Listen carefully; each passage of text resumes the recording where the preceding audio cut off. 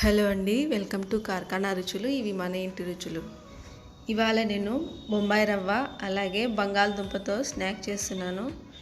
ఇది చాలా టేస్టీగా అలాగే క్రంచీగా ఉంటుంది. రెసిపీలోకి పోవడానికి ముందు మన ఛానల్ని సబ్స్క్రైబ్ చేసుకోండి. అలాగే పక్కన ఉన్న బెల్ సింబల్ని క్లిక్ చేసుకోండి. ముందుగా ప్యాన్ పెట్టుకొని ఆయిల్ హీట్ చేసుకుందాం. దీంట్లో సన్నగా తరిగిన వెల్లుల్లి ముక్కలు వేసి 1 నిమిషం పాటు వేపుకుందాము.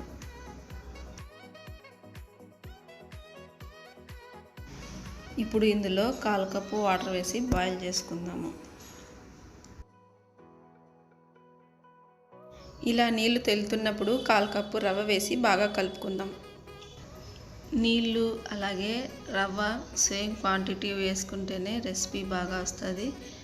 లేదంటే నీళ్ళు ఎక్కువగా వేసేసుకుంటే కనుక ఆయిల్లో మనం వేసినప్పుడు ఈ రవ్వ అనేది విడివిడిగా వచ్చేస్తుంది.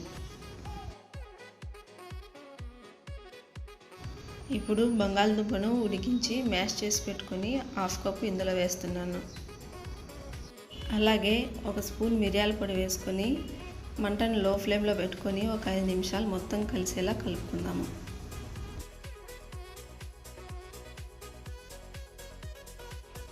ఇప్పుడు దీన్ని దించుకొని ఒక ప్లేట్లోకి వేసుకుందాము. ఇప్పుడు ఇందులో కొత్తిమీర తరుగు, సరిపడా సాల్ట్ వేసి కలుపుకుందాం.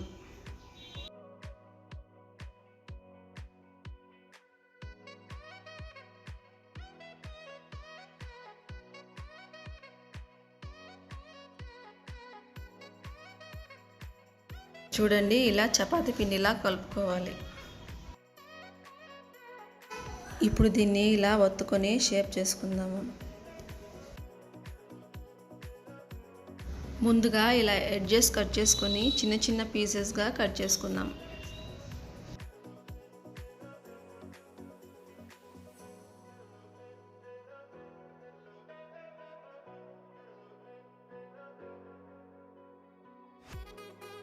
ఇప్పుడు దీన్ని ఆయిల్లో డీప్ ఫ్రై చేసుకుందాం.